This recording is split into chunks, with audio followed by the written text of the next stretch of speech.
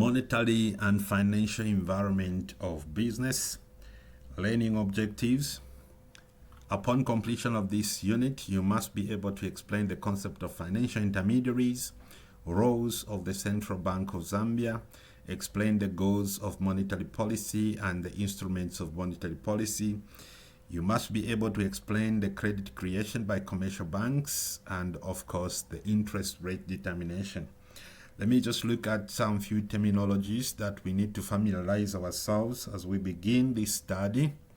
You need to know what money is. Money is anything which is generally acceptable for exchange. The quantity theory of money is the theory that explains the movements in the value of money over time. The reserve ratio is the minimum amount kept by banks to meet depositors' needs. Having said that, let's begin by looking at the functions of money. Basically, money performs four main functions. These are, number one, the medium of exchange. Money is used as a medium of exchange. This means that money facilitates the exchange of goods and services. Money makes it possible and easy to buy goods and services. Number two function of money is the measure of value or unit of account. Money as a measure of value. Money serves as a standard for measuring value. It provides a means of determining the relative value of different goods and services in a uniform way. This means that we can determine the rate of exchange between different kinds of goods, and it makes it possible to price goods and services, and it provides a basis for making calculations and also for the preparation of financial statements, which includes the income statement and the statement of financial position. These are made possible because of money, and as we use money as the measure of value, we can prepare statements without challenges. The third function of money is that money is used as a standard for deferred payment. Money makes it possible to enter into contractual and credit arrangements and pay later. It means we can make payments, we can defer payments from the present to some future date. In other words, money makes it possible for borrowings and lending activities to be done with ease. The last function of money is used as a store of value. Money is used as an alternative way of keeping wealthy in form of cash or investment accounts. It is the most convenient way of keeping an income which is in surplus to immediate needs. Money is a liquid asset. Moving on, let's look at the characteristics of money. Money must have the following characteristics or attributes, and these can also be called characteristics of good money. Number one, money must be acceptable, acceptability. Money must be accepted as a legal tender in the community in which it is used. Number two, characteristic, money must be easy to recognize. Money must be easy to recognize. So money should be uniform in appearance for it to be easy to be recognized. Number three, durability. Money must be fairly durable in terms of quality and value. The fourth attribute is divisibility. Money must be capable of being divided into smaller units or denomination without affecting its value. The fifth one is portability. Money should be light and easy to carry. The current coins may not meet the portability attribute. The final attribute of good money is that money must be scarce. Money must be scarce. Money must not be too plentiful. That's what gives money value when it is scarce. Money must be a scarce commodity. Now let's look at the types of money.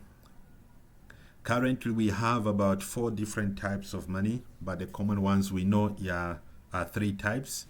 We use the coins, we use the notes, which is called paper money. We also use the bank credit cards, which is called plastic money. But there is also a new invasion of another type of money called digital money or cryptocurrency. Talking of the value of money, generally the value of money is expressed in form of prices for goods and services. When the prices go up, it means money has gone down, the value of money has gone down, and when the prices reduce, it means the value of money is rising. Trends over many years indicate that value of money is not constant, but changes upwards and downwards. That's why we have prices of commodities and goods going up and coming down. The quantity theory of money, this theory was introduced to explain the movements in the value of money. There is a link between the quantity of money and its value. In other words, the general prices of goods and services. From this, we can conclude that changes in the value of money is caused by changes in the quantity or money supply. This means that if money supply increased by, say, 20%, the value of money would go down by the same margin, vice versa. However, this theory was criticized. The criticisms are that the theory does not take into account other factors that influence changes in the prices of goods, such as changes in fashion, changes in weather conditions, changes in seasonal variations, changes in technology and its impact, and also the changes in the demand for money. However, the theory creates awareness that the supply of money needs to be managed well to avoid the negative impact on the value of money, because money supply affects the value of money. If we increase money supply, the value of money goes down. If we reduce money supply, the value of money goes up. Now, let me also talk about the equation of exchange.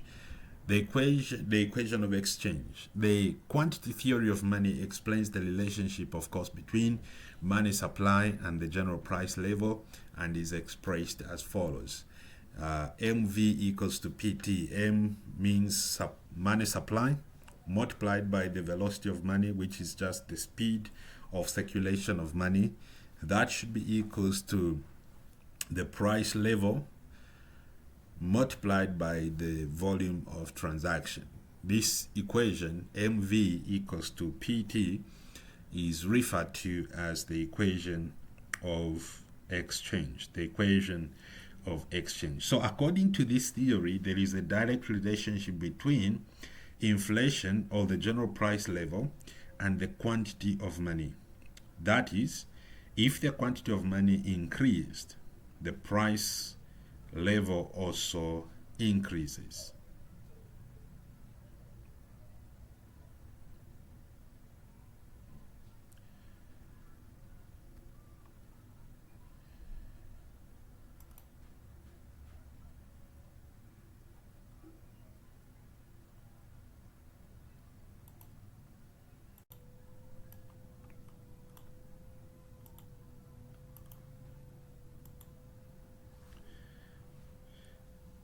The quantity theory of money supply is based on the following assumption: that in the many equation of exchange,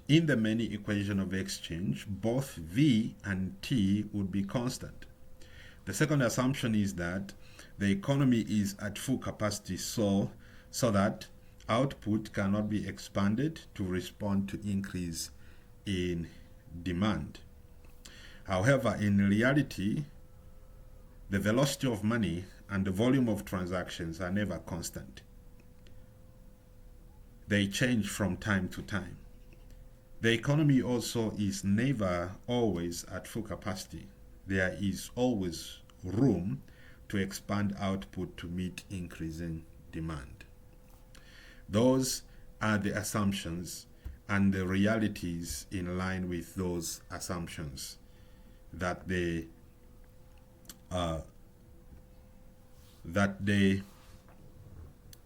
economy is never always at full capacity. There is always room to expand output to meet increasing demand. Let's move on and look at the demand for money. There are three different motives for hoarding money. Three different reasons why people hoard money or why people demand for money. Number one is a transactionally motive or purpose or reason why people hoard money. People hoard money in order to meet their day-to-day transactions, pay for the daily needs. That's one of the reasons why people hoard onto money.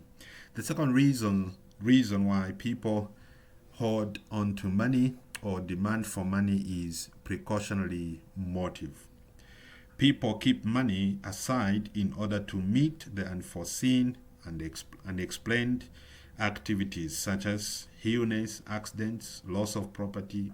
Could be loss of property through theft or fires, and it also could be money set aside for things like funerals, precautionary purposes. In case of something goes wrong, people keep money to help them in such events. The third reason why people hold on to money is speculative motive. This is where money is kept in anticipation of making more money. Some people may expect interest rates or value of stocks or shares to rise in the future, and therefore they keep money to take advantage of such trends to make more money in the future. Others keep money to participate in gambling with a view of making more money. So the money that you preserve with a motive of making more money, that money is preserved for speculative motives. All right, now let's look at the supply of money. Supply of money. The money supply is the stock of money existing at any particular time. And money can be explained in form of narrow money or broad money. Narrow money comprises mostly of notes and coins in circulation plus the bank deposits, while broad money is narrow money plus savings. It also includes liquid assets. It involves the function of money as a medium of exchange as well as the function of money as the store of value. I need to explain something here, the relationship between supply of money and demand for money. So let's do this. Let me just insert a new slide that we can use to explain that idea.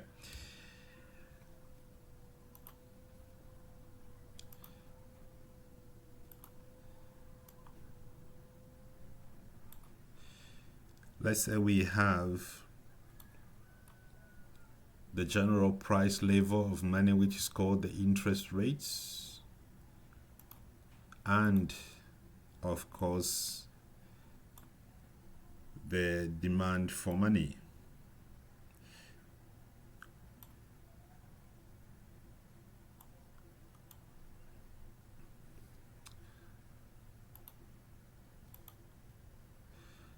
So money demand is a downsloping curve.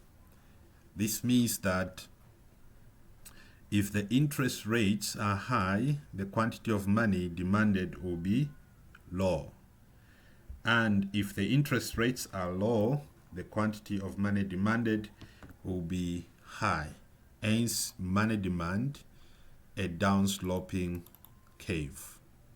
Money demand, a downsloping curve. So we'll put our MD there representing money demand.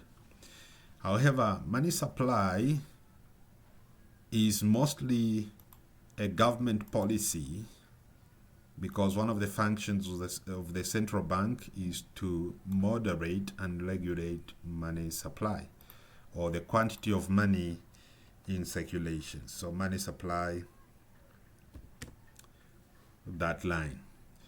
So if money supply is at that level, money demand is that line, the price of money, or the interest rate, which is the cost of money, will be at that level.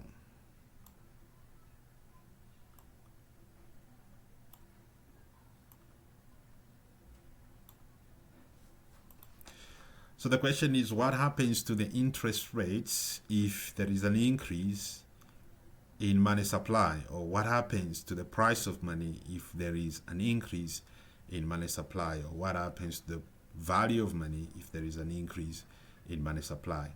An increase in money supply simply means money supply line shifts to the right. Money supply line shifts to the right. That's our new money supply line, MS.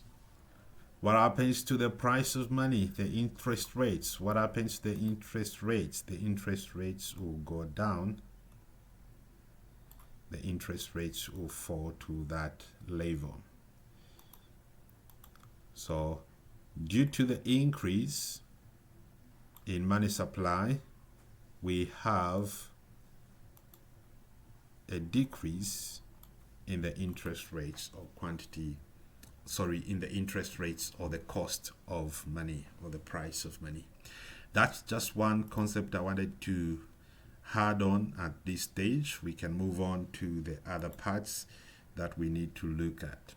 The concept of banking. The concept of banking. Banking system is made up of commercial banks and the central bank. Commercial banks and the central bank makes up the banking system. A financial system is made up of the financial markets and the financial instruments. So what are the financial markets? Financial markets are capital markets, the money markets, and the foreign exchange markets.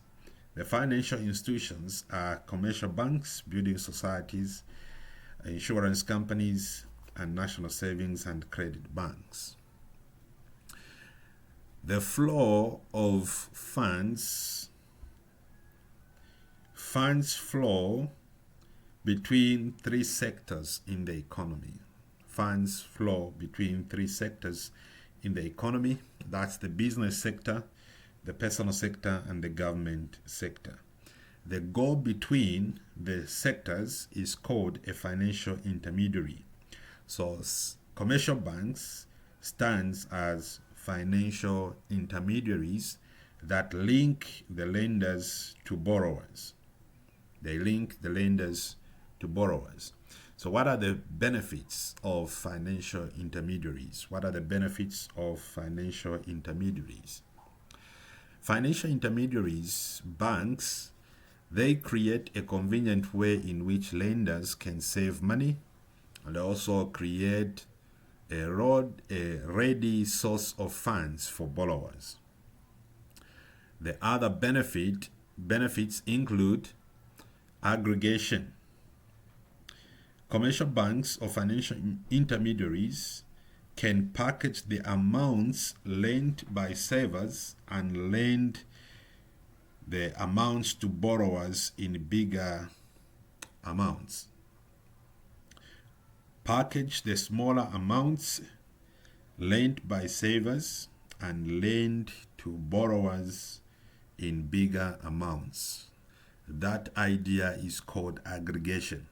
So financial intermediaries are able to aggregate the smaller units from the savers and lend to borrowers in big amounts. The other benefit is risk transformation. Risk transformation means that the lender capital the lender's capital is secured because bad debts will be borne by the financial intermediaries. And today there are new ways of lending where loans are insured with the insurance company.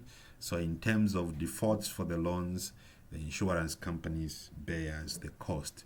So the depositor's money is safe. That's called risk transformation.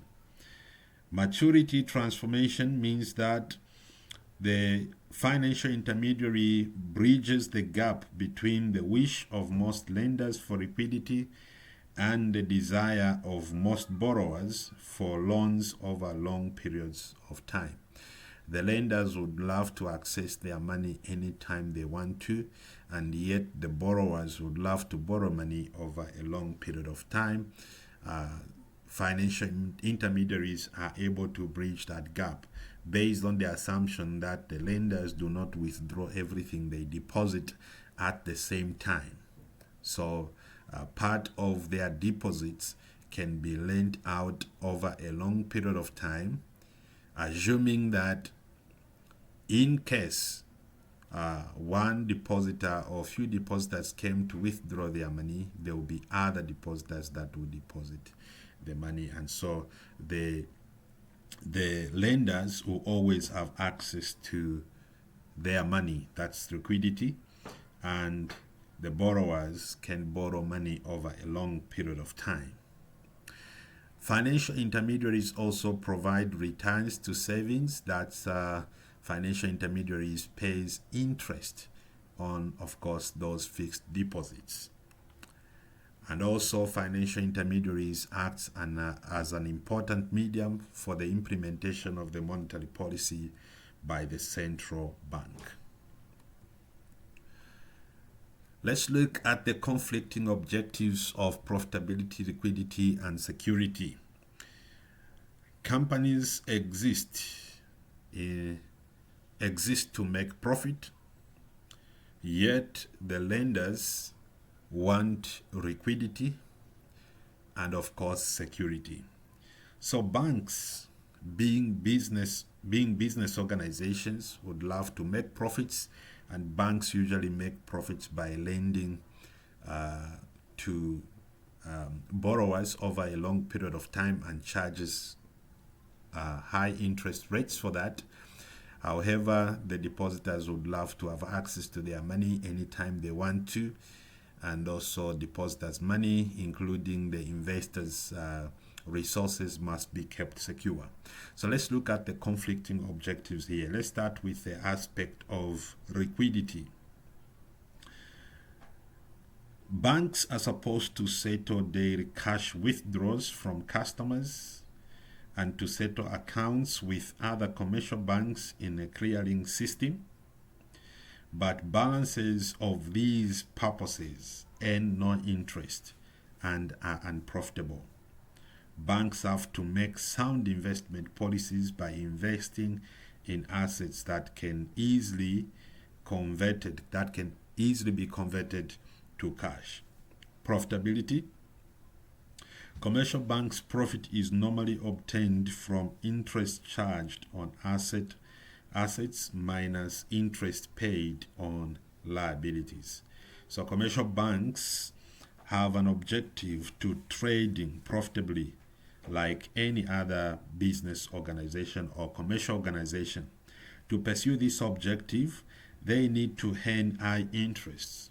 Therefore, they have to lend for a long term and to high-risk customers. This reduces the choices of liquidity and security. Talking about the aspect of security, commercial banks are expected to act prudently to safeguard the interest of depositors and, of course, shareholders. This, however, reduces the opportunity for profitability, because if to make huge profits, banks are lending to risk customers, that compromises on the security of security, or acting prudently to safeguard the interest of depositors and shareholders. Now let's look at the factors that contribute to bank growth. factors that contribute to bank's growth.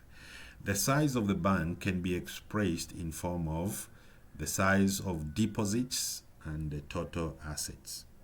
So what are some of the factors that contribute to the growth of the bank? Number one, it's the initial capital. Initial capital is the amount of capital which the bank uses to start its operation. This can have a huge bearing on the bank's growth. The larger the amount, the more likely the bank can grow faster than one that begins its operation with a limited amount of capital. Number two, location. If a bank is located in the area where business potential is high, it grows faster. Number three, number of customers. The more customers the bank is able to attract, the more chances it has in experiencing growth in its business operation. However, not only the number of customers, but also the quality of customers. A bank may have fewer customers, but if such clients are able to generate large volumes of business, the bank may grow faster than a bank with large number of customers that have got limited capacities. The fifth one is the quality of management. A bank with experienced and highly competent management staff can influence growth through proper planning, good marketing strategy. Poor management can reduce the bank's capacity to grow as expected. The sixth point is the reputation of the bank also contributes to the growth of the bank. The reputation of stakeholders, directors, and management can help in attracting customers to the bank, vice versa. There is no way a bank can grow its business if it fails to attract sufficient number of customers, and not only the number of customers, but also good quality customers. Finally, economy. Banks' growth is also influenced by economic trends. Changes in the trade cycles also influences banks' ability to grow. Let's move on and look at factors affecting lending capacities of the bank. These are the following factors that affect the lending capacities of a bank. Number one, the volume of deposits. The main source of funds which bank uses for lending money to the public are deposits. Therefore, the bank's capacity to lend is determined by the amount of deposits at its disposal. Number two factor affecting lending capacity of a bank is the interest rates. Customers that borrow money from banks are charged interest. Interest rates is the cost of borrowing.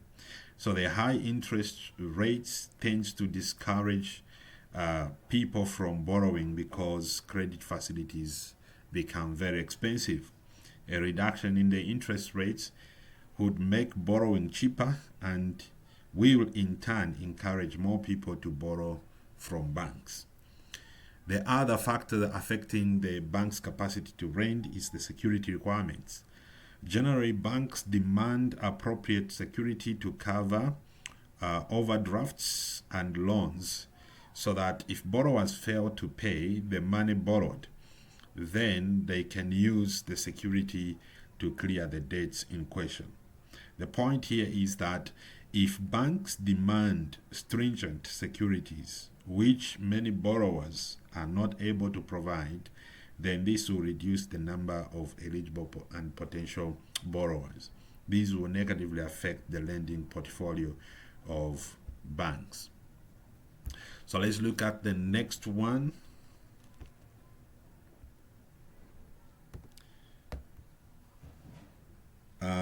Apart from the security requirements, it's the default rates. If banks experience high default rates, meaning that clients have failed to pay, the borrowers have failed to pay their loans. This will negatively affect the lending ability of the bank, because the bank has to consider reducing lending, and of course they have to consider they have to consider the security requirements, maybe increasing the security requirements and things like that. The last factor affecting lending capacity of a bank is the central bank regulations. There are a number of regulations put in place by the central bank that tends to affect the way banks handle their lending. For instance, banks are required to place part of their deposit with the central bank. This is what we call the reserve, statutory reserve, or the reserve ratio. So if the reserve ratio is like 10%, that means that commercial banks have to take 10% of all their deposits and save it with the central bank. And those deposits can never be or cannot be lent out to potential borrowers. Let's move on and look at the roles of the central bank, or the functions of the central bank. The following are some of the functions of the central bank. The central bank is there to regulate and supervise the banking and financial sector in the country. They are there to manage the value of the currency, act as a bank to the government. It is a bank to commercial banks, is the lender of last resort, and it manages government debts. The central bank also manages the country's foreign reserves. Okay, so that's it about